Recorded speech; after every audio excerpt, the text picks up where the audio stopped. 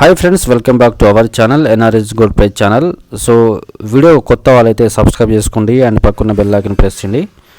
కొత్త సంవత్సరంలో పసిడి ప్రియులు భారీగా శుభవార్త అందింది. ఏడాది ప్రారంభం కాగానే వరుసగా 3 రోజుల పాటు పెరిగిన బంగారం ధరలు 4 రోజులు తగ్గాయి. శనివారం బంగారం ధర భారీగా తగ్గింది. దాంతో పసిడి ప్రియులు మరోసారి ఆనందం నెలకొన్నది.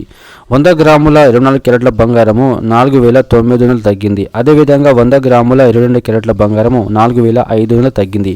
హైదరాబాద్లోని 22 క్యారెట్ల బంగారము శుక్రవారము 7,26,000గా ఉండగా శనివారం 4,500 తగ్గింది.